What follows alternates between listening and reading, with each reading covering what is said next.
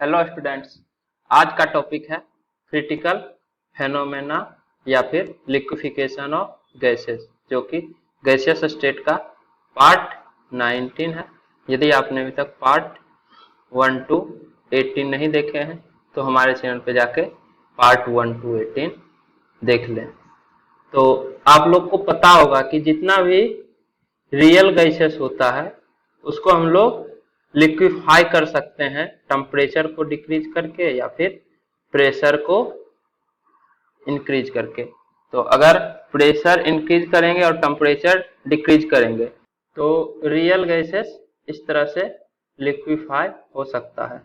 ये एक्सपेरिमेंट जो है साइंटिस्ट थॉमस एंड्रयू के द्वारा किया गया। थॉमस एंड्रयू ये जो है CO2 गैस को स्टडी किए, जिससे पता चला कि टेम्परेचर और प्रेशर को चेंज करने से क्या इफेक्ट पड़ता है गैसेस में। तो अलग अलग टेम्परेचर पे, जैसे T1, T2, TC, T3, T4, ये इस तरह से टेम्परेचर है। तो हम देखेंगे कि अलग अलग टेम्परेचर पे क्या इफेक्ट पड़ता है वॉल्यूम में। भी मोलर वॉल्यूम मतलब 1 मोल रियल गैसेस। ये जो है CO2 पे स्टडी किए, लेकिन जितना भी रियल गैस है वो सब इसी टाइप से बिहेवियर शो करता है। तो 1 मोल रियल गैसेस है और ये सब जो कर्व है ये सब आइसोथर्म है, क्योंकि ये पूरे प्रोसेस में T3 टेम्परेचर ही रहेगा। सिमिलरली ये पूरे प्रोसेस में T4 टेम्परेचर ही रहेगा। सिमिलरली T1, T2, TC ये सभी देख लेंगे। TC क्या है, C किसको रिप्रेजेंट करते हैं, अभी हम लोग को पता चल जाएगा। तो सबसे पहले T4 पे देखते हैं। T4 पे लो प्रेशर रीजन में ये वाला जो पॉइंट है, मतलब जब प्रेशर ये कुछ होगा ना, P1 मान लीजिए, सॉरी P4 मान लीजिए, T4 टेम्परेचर के कॉरेस्पॉन्डिंग प्रेशर P4, इस पे जो आपका गैस है वो फुल्ली गैसियस स्टेट में ही है, ये पता है हमको, ठीक है। मतलब लो टेम्परेचर और लो प्रेशर पे ये गैसियस स्टेट में, रियल गैसेस जो है वो गैसियस स्टेट में है। अब इस पूरे प्रोसेस में क्या करना है कि टेम्परेचर तो T4 ही रहेगा, लेकिन प्रेशर को इंक्रीज कीजिए। जैसे जैसे देखिए, अगर इस वाले पॉइंट पे आए तो प्रेशर इंक्रीज हो गया। ये कोई पॉइंट C है, सॉरी A है मान लीजिए, तो प्रेशर यहाँ पे मान लीजिए pressure at point A is PA, तो PA ज्यादा है P4 से। तो जब प्रेशर इंक्रीज होता है, टेम्परेचर कांस्टेंट है मतलब वॉइस लो, टेम्परेचर कांस्टेंट है, प्रेशर इंक्रीज कर रहे हैं मतलब वॉल्यूम डिक्रीज होगा, क्योंकि टेम्परेचर जब कांस्टेंट होता है गैस में तो PV इक्वल टू कांस्टेंट होता है। मतलब प्रेशर इंक्रीज हो रहा है तो वॉल्यूम डिक्रीज होगा, तभी PV इक्वल टू कांस्टेंट रह सकता है। तो यहाँ तक पॉइंट A तक तो वॉल्यूम डिक्रीज होगा। उसके बाद क्या होता है, टेम्परेचर तो लो ही है और प्रेशर हम इंक्रीज करते जा रहे हैं, तो एक पॉइंट ऐसा आएगा जहां पे कि गैसेस का लिक्विफिकेशन स्टार्ट हो जाएगा। मतलब प्रेशर जब और अप्लाई करते जाएंगे इस पे, तो एक पॉइंट के बाद ये लिक्विड स्टेट में कन्वर्ट होते जाएगा। तो यही वो वाला पॉइंट है, ए पॉइंट से लिक्विफिकेशन स्टार्ट हो रहा है। लिक्विफिकेशन स्टार्ट होने के कारण वॉल्यूम जो है बहुत ही ज्यादा तेजी से घट जाएगा। और यहाँ पे वॉल्यूम अगर कुछ भी है तो ये पॉइंट बी अगर मानते हैं, यहाँ पे वॉल्यूम भी बहुत ज्यादा वॉल्यूम डिक्रीज हो गया ए से बी तक में, क्योंकि लिक्विड का वॉल्यूम बहुत ही कम होता है एज कंपेयर टू गैसेस। तो गैसेस के कंपैरिजन में लिक्विड का वॉल्यूम बहुत कम होता है, तो बी। और यहाँ पे आके पूरा का पूरा गैस जो है वो लिक्विड स्टेट में कन्वर्ट हो गया, प्रेशर जब हम लोग इंक्रीज कर रहे थे तो। और जब पूरा का पूरा लिक्विड में कन्वर्ट हो गया, उसके बाद जो है आप कितना भी प्रेशर इंक्रीज कीजिए वॉल्यूम में ज्यादा चेंज नहीं होगा, क्योंकि लिक्विड जो होता है ये लेस कंप्रेसिबल होता है। Liquid is very less compressible. तो इसलिए ए से बी तक ये हॉरिजॉन्टल लाइन, मतलब वॉल्यूम बहुत ही तेजी से डिक्रीज करता है जैसे ही लिक्विफिकेशन स्टार्ट होता है उस टाइम। और जब पूरा का पूरा गैस जो है लिक्विड में कन्वर्ट हो गया, उसके बाद वॉल्यूम बहुत ही कम डिक्रीज करता है, कितना भी आप प्रेशर बढ़ा दीजिए। इसलिए ग्राफ इस टाइप से एकदम जा रहा है, प्रेशर बहुत ज्यादा बढ़ा रहे हैं लेकिन वॉल्यूम बहुत ही कम डिक्रीज हो रहा है as compare to gases. Gases में जितना ज्यादा आप प्रेशर बढ़ाइएगा उतना ज्यादा वॉल्यूम डिक्रीज हो जाएगा, लेकिन लिक्विड का वॉल्यूम डिक्रीज नहीं होता है। तो ये वाला जो T4 पे जो ग्राफ आया है, इसमें ये आपका गैसियस स्टेट है और ये लिक्विड स्टेट है, और ये वाला पोर्शन A to B इसमें लिक्विड और गैसेस दोनों एग्जिस्ट कर रहा है। मतलब कुछ लिक्विड स्टेट में होगा और कुछ गैसियस स्टेट में होगा। मतलब लिक्विड और गैसेस आपस में इक्विलिब्रियम में है, मतलब दोनों एक साथ एग्जिस्ट कर रहा है, liquid plus gases. Chemical equilibrium में आप ये इक्विलिब्रियम के बारे में और डिटेल में पढ़ेंगे। अभी बस इस तरह समझिए कि लिक्विड और गैसेस दोनों ए से बी वाले पोजीशन पे है। मतलब T4 टेम्परेचर पे अगर ये वाला प्रेशर रहेगा Pa, तो उसमें लिक्विड और गैस दोनों एग्जिस्ट करता है। इसके बाद जो है टेम्परेचर को थोड़ा इंक्रीज किए, तो T4 से इंक्रीज करके T3 पे आए, मतलब टेम्परेचर जो है T4 से ज्यादा है T3। तो क्या देखे कि सिमिलर टाइप का ग्राफ ऑब्टेन होता है, जैसा कि T4 टेम्परेचर पे ऑब्जर्व हुआ वैसा ही ग्राफ T3 टेम्परेचर पे भी होता है। लेकिन ये जो हॉरिजॉन्टल पार्ट है जिसपे कि लिक्विफिकेशन अकर होता है, ये शॉर्ट हो जाता है। मतलब टेम्परेचर इंक्रीज करने पे हॉरिजॉन्टल पार्ट शॉर्ट होते चला जाता है। सिमिलरली और टेम्परेचर इंक्रीज करेंगे तो और ज्यादा शॉर्ट हो जाएगा। तो शॉर्ट होते होते होते होते ऐसा होता है कि एक जगह पे सिर्फ एक पॉइंट बच जाता है। इस वाले टीसी टेम्परेचर, ये जो टीसी टेम्परेचर पे ग्राफ बना है, तो यहाँ पे सिर्फ एक पॉइंट है जहाँ पे कि लिक्विफिकेशन होता है। अब फर्दर जब टेम्परेचर इंक्रीज करते हैं तो लिक्विफिकेशन होता ही नहीं है। मतलब कितना भी आप प्रेशर इंक्रीज कर दीजिए, T2 टेम्परेचर पे गैसियस स्टेट में ही रहेगा, मतलब ये लिक्विड स्टेट में कभी नहीं जाएगा। फिर फर्दर इंक्रीज कीजिए, कितना भी प्रेशर लगा दीजिए T1 टेम्परेचर में, मतलब TC से ज्यादा टेम्परेचर हो गया T2, उससे ज्यादा टेम्परेचर हो गया T1। फर्दर जब आप टेम्परेचर इंक्रीज कीजिएगा तब भी ये पूरा का पूरा गैसियस स्टेट में रहेगा। मतलब क्रिटिकल टेम्परेचर से यदि ज्यादा टेम्परेचर रहेगा तो गैस कभी भी लिक्विफाई नहीं हो सकता है। और इसका जो ग्राफ का शेप होगा वो रेक्टेंगुलर हाइपरबोला होगा, क्योंकि टेम्परेचर कांस्टेंट है तो पीवी इक्वल टू कांस्टेंट। इसका शेप जो है रेक्टेंगुलर हाइपरबोला होता है, स्टार्टिंग में ही देखे थे आइडियल गैस के टाइम। और इस टीसी टेम्परेचर के करस्पॉन्डिंग जो पॉइंट आता है जहाँ पे लिक्विफिकेशन होता है वो आपका क्रिटिकल पॉइंट कहलाता है। ये जो सी है इसको हम लोग क्रिटिकल पॉइंट कहते हैं, और क्रिटिकल पॉइंट के करस्पॉन्डिंग जो टेम्परेचर होता है उसको क्रिटिकल टेम्परेचर कहते हैं, और इसके करस्पॉन्डिंग जो प्रेशर होता है इसको क्रिटिकल प्रेशर कहते हैं, टीसी पीसी। और इस पॉइंट के करस्पॉन्डिंग एक मोल गैसेस का जो वॉल्यूम होता है वो क्रिटिकल वॉल्यूम कहलाता है, क्योंकि अगर हम नंबर ऑफ मोल ज्यादा लेंगे तो वॉल्यूम तो ज्यादा होगा, तो एक मोल गैस का जो वॉल्यूम होगा वही आपका क्रिटिकल वॉल्यूम कहलाता है। ये ग्राफ जो है प्रेशर वर्सेस वीएम, मतलब एक मोल गैस के करस्पॉन्डिंग ही ग्राफ बना है। मतलब कि एक मोल गैसेस लेंगे तो कितना प्रेशर रहेगा तो कितना वॉल्यूम होगा, तो ये मोलर वॉल्यूम है, तो इसलिए इस पॉइंट पे जो वॉल्यूम आ जाएगा वही आपका Vc हो जाएगा जब भी P वर्सेस Vm लेंगे तो। क्योंकि ये जो वॉल्यूम आया है ये एक मोल गैसेस का ही वॉल्यूम है, तो इसलिए ये क्रिटिकल वॉल्यूम कहलाता है। तो ये ध्यान रखिएगा कि टेम्परेचर तो Tc हो जाएगा temperature of the gas, similarly Pc हो जाएगा प्रेशर ऑफ द गैस, लेकिन Vc जो होगा वो होगा volume of 1 mole of a gas at critical point is called critical volume. ये वाला देखिए, TC critical temperature, PC critical pressure और वीसी क्रिटिकल वॉल्यूम, तीनों का definition. TC it is the temperature above which real gas can not be liquefy however high pressure में B apply. तो critical temperature वैसा temperature होता है जिससे ज्यादा टेम्परेचर जब रहेगा तो रियल गैस को आप कभी भी लिक्विफाई नहीं कर सकते हैं हाउएवर प्रेशर में भी अप्लाई। कितना भी ज्यादा प्रेशर आप लगा दीजिए रियल गैस को आप लिक्विफाई नहीं कर सकते हैं। Similarly, PC, it is the minimum pressure to be applied at TC to cause the liquefaction of gas। तो ये जो है मिनिमम प्रेशर होता है जिसको कि आप क्रिटिकल टेम्परेचर पे अप्लाई करें तो लिक्विफिकेशन ऑफ गैस स्टार्ट हो जाएगा। अगर इससे कम प्रेशर रहेगा टीसी टेम्परेचर पे तो लिक्विफिकेशन कभी भी नहीं होगा। जैसे देखिए टीसी टेम्परेचर पे जो ग्राफ है तो ये कुछ टेम्परेचर और प्रेशर है, अब प्रेशर हल्का इंक्रीज किए इस वाले पॉइंट से इस वाले पॉइंट पे,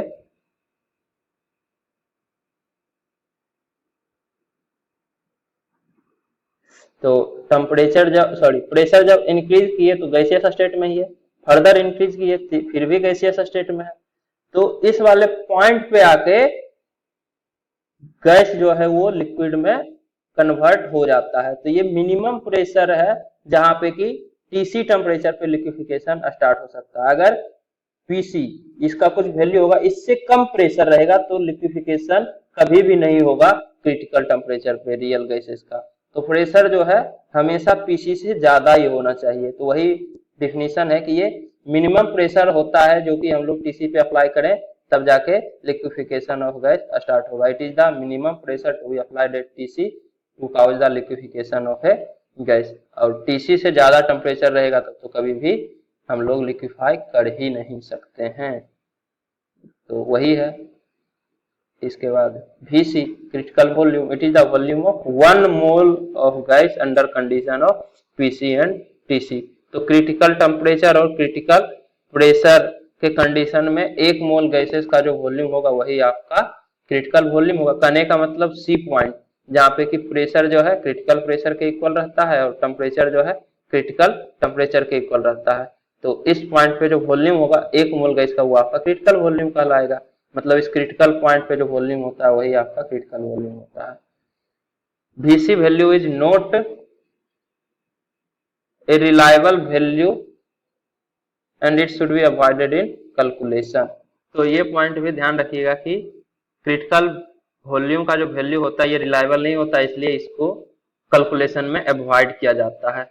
इसके बाद next point, PC, VC and TC are combined called critical parameter और क्रिटिकल कांस्टेंट। तो क्रिटिकल प्रेशर, क्रिटिकल वॉल्यूम और क्रिटिकल टेम्परेचर को हम लोग कंबाइंड बोलते हैं क्रिटिकल पैरामीटर्स या फिर क्रिटिकल कांस्टेंट।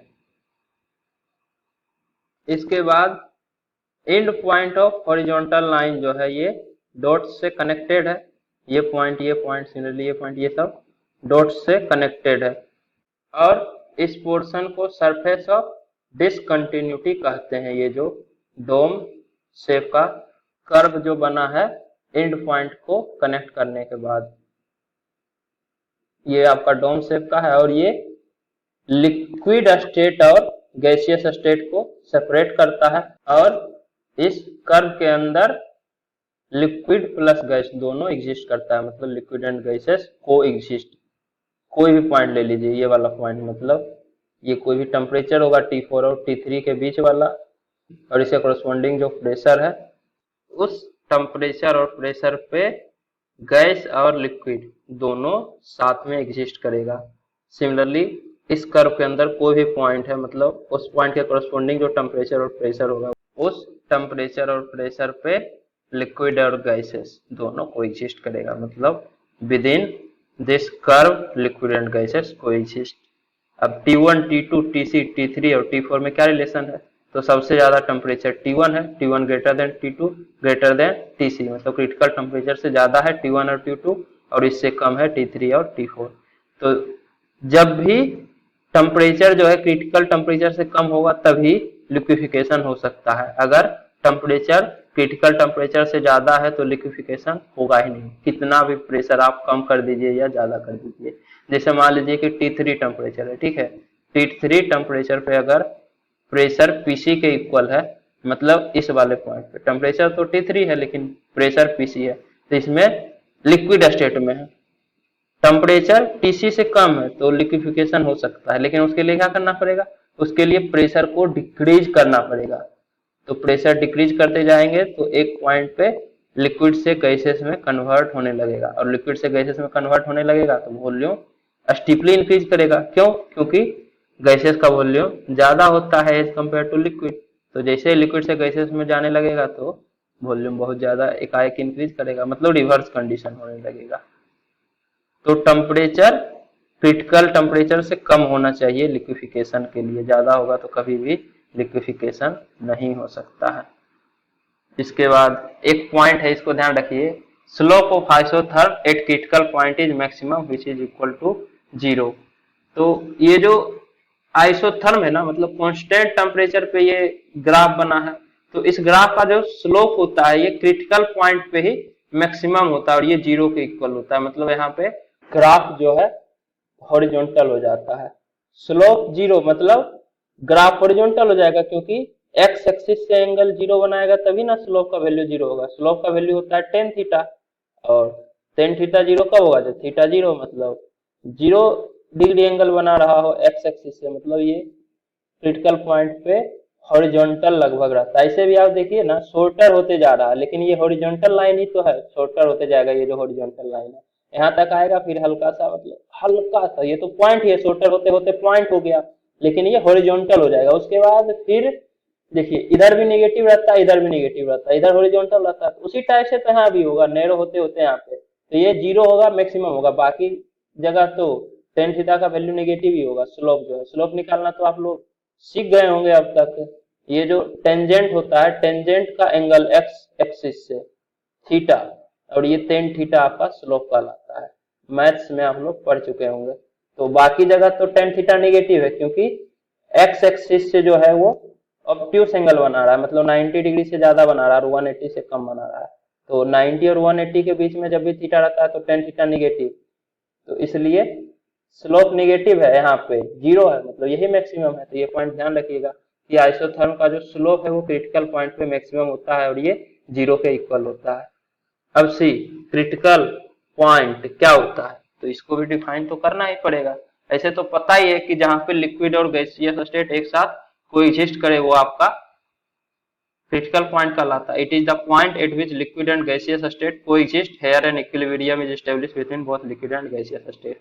तो ये वैसा पॉइंट है जहां पे लिक्विड और गैसियस स्टेट एक साथ एग्जिस्ट करता है, और इस पॉइंट पे लिक्विड और गैसियस स्टेट के बीच में इक्विलिब्रियम स्टेब्लिश रहता है, मतलब दोनों रहता है। इक्विलिब्रियम मतलब वही, आप अभी बस यही समझिए कि एक साथ दोनों है, लिक्विड भी है और गैसियस भी एक साथ कोएग्जिस्ट है।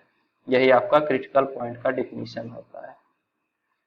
तो ये सब तो हो ही गया क्रिटिकल पैरामीटर, क्रिटिकल कांस्टेंट। इसके बाद आता है van der Waals equation and critical phenomena. Van der Waals equation ये है, P plus a upon VM square into VM minus b equal to RT।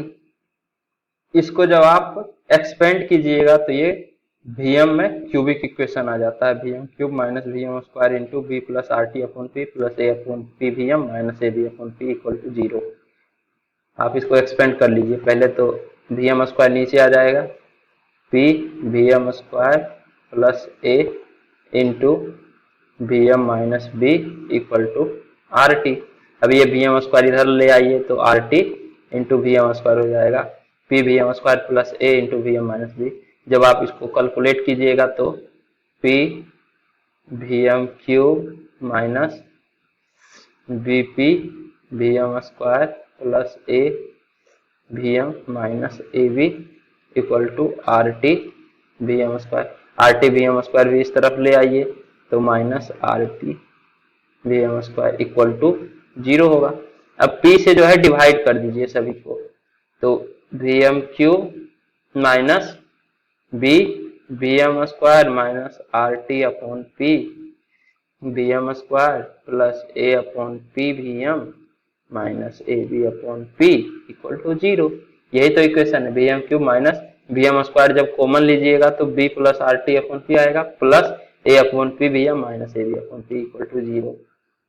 ये जो इक्वेशन ऑब्टेन हुआ है ये क्यूबिक इक्वेशन है VM का, और आपको पता होना चाहिए कि क्यूबिक इक्वेशन का 3 रूट्स होता है, मतलब 3 वैल्यू आएगा VM का। कहने का मतलब किसी टेम्परेचर और प्रेशर पे जो VM का वैल्यू होगा वो 3 वैल्यू आएगा, कोई T और P रखिएगा। ये जो ग्राफ है इसमें वेंडरवाल के अकॉर्डिंग इस टाइप का ग्राफ आता है, क्यूबिक मतलब इस वाले लाइन में इस टाइप का ग्राफ आता है। तो देखिए किसी कोई प्रेशर आप ले लीजिए इस वाले लाइन में, तो एक प्रेशर P के कॉरस्पॉन्डिंग V का ये भी वैल्यू आ रहा है, ये भी वैल्यू आ रहा है और ये भी वैल्यू आ रहा है। तो यहां से पता चलता है कि 3 डिफरेंट वॉल्यूम के लिए 3 डिफरेंट प्रेशर का होना जरूरी है। कोई भी टेम्परेचर तो T ही है, मान लीजिए ये T3 पे ग्राफ है, तो T3 टेम्परेचर पे कोई भी प्रेशर अगर हम P1 लेंगे तो वॉल्यूम जो है या तो 5 लीटर होगा या 10 लीटर होगा या 15 लीटर होगा। तीनों कैसे हो सकता है? तो यहां से पता चलता है कि ये जरूर दो फेज में एग्जिस्ट कर रहा होगा, मतलब लिक्विड प्लस गैसियस स्टेट में एग्जिस्ट कर रहा है, इसलिए ये दिक्कत आ रहा है। क्योंकि अगर एक फेज में एग्जिस्ट करेगा तो एक ही रूट्स होना चाहिए, एक प्रेशर के लिए एक ही वॉल्यूम होना चाहिए। 3 डिफरेंट वॉल्यूम के लिए 3 डिफरेंट प्रेशर का होना जरूरी है, क्योंकि अगर 5 एटीएम प्रेशर है तो उसे कोरस्पोंडिंग कुछ वॉल्यूम आएगा। अब 5 एटीएम पे ही वॉल्यूम, 3 वॉल्यूम तो नहीं हो सकता, वॉल्यूम तो कुछ फिक्स होगा ना गैस का, या तो 5 लीटर होगा या 10 लीटर होगा या 15 लीटर होगा। अब प्रेशर को चेंज करेंगे तब भले वॉल्यूम भी चेंज हो जाए, लेकिन इक्वेशन के अकॉर्डिंग तो 3 वॉल्यूम आ रहा है, जहां से कि पता चलता है कि ये लिक्विड प्लस गैसियस स्टेट दोनों स्टेट में एग्जिस्ट कर रहा होगा। और क्रिटिकल पॉइंट पे ये तीनों रूट्स कोइंसाइड कर जाता है, मतलब जब प्रेशर पीसी और टेम्परेचर टीसी हो, मतलब टीसी एंड पीसी टेम्परेचर और प्रेशर हो, तो उस केस में जो तीनों रूट्स है वो कोइंसाइड कर जाता है, मतलब 3 इक्वल रूट्स ऑब्टेन होता है। यही वाला जो रूट्स है, कहने का मतलब जैसे x माइनस 2 का होल स्क्वायर है, तो ये क्वाड्रेटिक इक्वेशन है, तो इसका हमेशा 2 रूट्स होगा, लेकिन अगर आप सॉल्व कीजिएगा तो x इक्वल टू 2 ही आ जाता है। तो ये 2 रूट्स है, x equal to 2 and x equal to 2, class 10th में आप पढ़े होंगे कि, लेकिन ये दोनों इक्वल रूट्स है। इक्वल रूट्स का कंडीशन होता है d equal to minus b upon 4, sorry d equal to 0, d equal to 0 होता है जहां पे बी स्क्वायर माइनस 4ac है, तो ये 0 होना चाहिए, मतलब b equal to under root 4ac के इक्वल होगा, तो जो रूट्स आता है वो इक्वल आता है। x माइनस 2 का होल स्क्वायर इक्वल टू 0, ये एक्चुअली में x minus 2 into x minus 2 है, तो यहां से भी 0 x इक्वल टू 2 आता है, यहां से भी x इक्वल टू 2 आता है। इसी को जब आप सिंप्लीफाई कीजिएगा तो x square minus 2x minus 2x minus 4x plus 4 equal to 0। यहाँ से अब आप d का वैल्यू जब निकालिएगा तो ये 0 आता है, b square minus 4ac, 4 into 4 16 minus 4 into 4 into 1 16 minus 16 0। तो इक्वल रूट्स का कंडीशन है कि जो अगर x इक्वल टू अल्फा आपका रूट्स है तो x माइनस अल्फा का होल स्क्वायर इक्वल टू 0 होगा। सिमिलरली क्यूबिक इक्वेशन के लिए x माइनस अल्फा का होल क्यूब इक्वल टू 0, मतलब x equal to alpha, 3 equal roots होगा x माइनस अल्फा का होल क्यूब का। मतलब ये जब इसको आप एक्सपेंड कीजिएगा, एक्चुअली में x माइनस अल्फा का होल क्यूब है, इसको जब आप एक्सपेंड कीजिएगा तो क्या बनेगा, x cube minus alpha cube a cube minus b cube minus 3 a square b, यहाँ पे a जो है x है तो minus 3 x square alpha plus 3 x alpha square equal to 0। करने का मतलब अगर इक्वेशन ये दिया हुआ है x cube minus 3 x square alpha plus 3 x alpha square minus alpha cube equal to 0, तो इसका 3 इक्वल रूट्स होगा, क्योंकि ये एक्चुअली में लिखा हुआ है एक्स माइनस अल्फा का होल क्यूब इक्वल टू 0। तो उसी तरह से क्रिटिकल पॉइंट पे तीनों रूट्स कोइंसाइड कर जाता है, मतलब 3 इक्वल रूट्स होगा, और क्रिटिकल पॉइंट पे Vm Vc के इक्वल होगा, मतलब रूट्स जो है वो Vc है, तभी तो जो Vm का वैल्यू आएगा वो Vc आएगा, मतलब x माइनस अल्फा का होल क्यूब इक्वल टू 0, तो x इक्वल टू अल्फा ही तो रूट्स है, मतलब Vm का वैल्यू Vc होता है ना क्रिटिकल टेम्परेचर पे, तो आपका जो इक्वेशन आएगा Vm माइनस Vc का होल क्यूब आएगा क्रिटिकल पॉइंट पे, तभी तो मोलर वॉल्यूम का जो वैल्यू आएगा वो Vc के इक्वल आएगा क्रिटिकल पॉइंट पे। तो ये एक्चुअली में आपका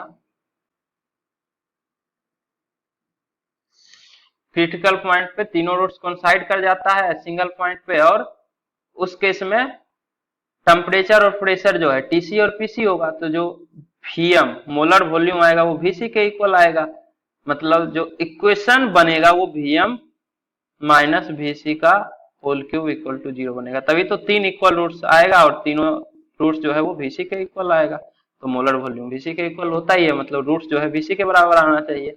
ये आप लोग मैथ्स में डिटेल में पढ़े होंगे, अभी बस इस तरह से हम समझा दिए तो समझ में आ गया होगा कि 3 इक्वल रूट्स या क्वाड्रेटिक इक्वेशन में 2 इक्वल रूट्स वो तो पढ़े ही होंगे, x equal to 2 and x equal to 2 दो आता है, तो इस तरह से क्यूबिक इक्वेशन बनता है। तो डेंट रूट कंडीशन ये गिव करता है कि आपका जो इक्वेशन है ये एक्चुअली में Vm माइनस Vc का होल क्यूब है। तो इसी को एक्सपेंड कर दीजिए, एक्चुअली में x माइनस अल्फा का होल क्यूब, जहाँ पे x इक्वल टू अल्फा होता है, तो Vm माइनस Vc का होल क्यूब है। इसको जब आप एक्सपेंड कीजिएगा तो ये इक्वेशन बनेगा a cube minus 3b a square, a minus b का होल क्यूब है, simple, minus 3a square b plus 3ab square minus b cube equal to 0। अब ये वाला इक्वेशन एक ही तो है, क्योंकि इसी का रूट्स Vc है, तो इसी को हम लोग लिख दिए हैं। ये मतलब ये जो आता है आपका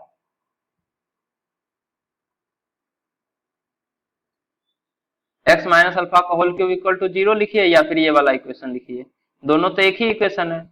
मतलब इक्वेशन 1 और इक्वेशन 2 दोनों सेम ही है। इक्वेशन 1 का ही तो कंडीशन है कि जब क्रिटिकल पॉइंट आता है, मतलब जब टेम्परेचर जो है Tc और प्रेशर Pc हो, तो Vm का 3 इक्वल रूट्स आता है, और ये Vc के इक्वल होता है, तो 3 इक्वल रूट्स होगा, मतलब Vm इक्वल टू Vc होना चाहिए 3 बार, मतलब Vm माइनस Vc का होल क्यूब। ये वाला इक्वेशन है, ये जो क्यूबिक इक्वेशन है, ये एक्चुअली में ये वाला इक्वेशन है। मतलब दोनों सेम है, तो दोनों को कंपेयर कर दीजिए। तो जब दोनों को कंपेरिजन कीजिएगा तो b plus R T C upon P C equal to 3bc होगा, क्योंकि Vm स्क्वायर का कोफिशिएंट बराबर होना चाहिए, Vm का कोफिशिएंट बराबर होना चाहिए, और जो कांस्टेंट है ये भी बराबर होना चाहिए। तो b plus R T C upon P C equal to 3bc। Similarly a upon P C equal to 3bc square, और ab upon P C equal to bc cube. अब जो है इसको सॉल्व कीजिए, तो इसको जब सॉल्व कीजिएगा तो Tc का वैल्यू आता है 8a अपॉन 27b, या Pc का वैल्यू आता है a अपॉन 27b स्क्वायर, और Vc इक्वल टू 3b। आप जो है इसको कैलकुलेट कर सकते हैं इन तीनों इक्वेशन से। एक बार खुद से ट्राई कीजिए, उसके बाद हम तो ऐसे बता ही रहे हैं। जैसे आप ये दोनों इक्वेशन को जो इक्वेट कीजिएगा, तो Pc इक्वल टू होता है a अपॉन 3bc स्क्वायर, इसमें रख दीजिए, तो ab अपॉन a, और यहाँ चला जाएगा 3bc square equal to Vc cube, Vc square से कैंसिल आउट हो जाएगा, a से a कैंसिल आउट, तो Vc इक्वल टू 3b आया। अब इसमें रख दीजिए, तो Pc इक्वल टू आ जाएगा a अपॉन 3 इंटू 3b का होल स्क्वायर, मतलब 9b स्क्वायर, तो इसका वैल्यू आता है a अपॉन 27b स्क्वायर। अब इसमें रख दीजिए Vc और Pc का वैल्यू, तो b plus R T C upon a into 27b square equal to 3 into 3b, तो 9b माइनस b, तो 8b equal to 27rb square Tc upon a। तो यहाँ से Tc इक्वल टू आ जाता है, एक b कैंसिल आउट हो जाएगा, तो 8a अपॉन 27rb, मतलब 8a अपॉन 27b, और ये Tc होगा। Pc equal to a upon 27b square, और Vc इक्वल टू 3b। अब एक पॉइंट ध्यान रखिए, higher the value of a higher is the Tc। तो जितना ज्यादा a का वैल्यू होगा उतना ही ज्यादा क्रिटिकल टेम्परेचर का वैल्यू होता है। इसके बाद जो है आप इन तीनों से a और b का वैल्यू निकाल सकते हैं Tc, Pc और Vc के टर्म में। तो a इक्वल टू होता है 27 upon 64 R square Tc square upon Pc, या फिर 3pc Vc square. Similarly b equal to होता है Vc अपॉन 3, या फिर r/8 Tc अपॉन Pc। और इस तरह से a और b आप कैलकुलेट कर सकते हैं, बहुत ही इजी है, कोई दिक्कत नहीं है। अगर नहीं हो रहा है तो आप Tc और Pc का डायरेक्ट वैल्यू रख दीजिए, तो आपको पता चलेगा a इक्वल टू a आ रहा है, मतलब ये इक्वेशन सही है।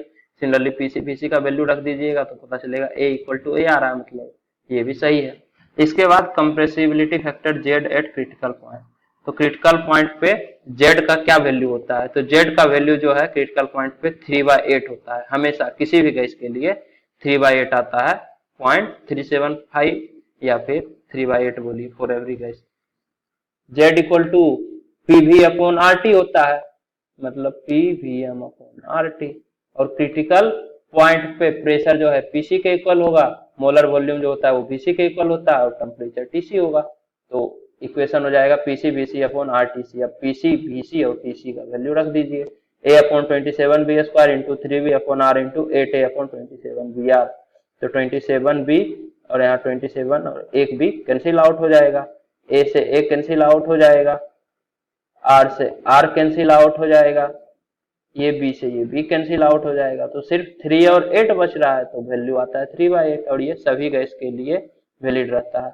मतलब क्रिटिकल टेम्परेचर जो है हमेशा बॉयज टेम्परेचर से कम होता है, क्योंकि बॉयज टेम्परेचर पे z = 1 होता है, जबकि यहाँ z <1 है। z <1 मतलब temperature less than boys temperature, क्योंकि बॉयज टेम्परेचर पे z का वैल्यू 1 होता है। आप टेम्परेचर डिक्रीज करेंगे तभी कंप्रेसिबिलिटी फैक्टर भी डिक्रीज होगा, मतलब क्रिटिकल टेम्परेचर हमेशा बॉयज टेम्परेचर से कम होता है। और इसका वैल्यू होता है बॉयज टेम्परेचर = 27/8 क्रिटिकल टेम्परेचर। क्यों? क्योंकि बॉयज टेम्परेचर = a/br होता है और क्रिटिकल टेम्परेचर होता है 8/27 a/br। तो इसका वैल्यू रख दीजिए यहाँ पे, तो TB = होगा 27/8 इंटू 8/27 इंटू a/br। देखिए बॉयज टेम्परेचर ये होगा ना 27/8 TC, मतलब 27/8 टाइम्स ज्यादा होता है क्रिटिकल टेम्परेचर से बॉयज टेम्परेचर जो है। TB जो है इतना टाइम्स, लगभग 3 पॉइंट समथिंग इतना गुना ज्यादा होता है TC से। तो उम्मीद करता हूं कि आपको ये वीडियो पसंद आई होगी। यदि आपको ये वीडियो पसंद आई है तो इसे लाइक करें, कमेंट करें और अपने दोस्तों के बीच शेयर करना ना भूलें। Thank you.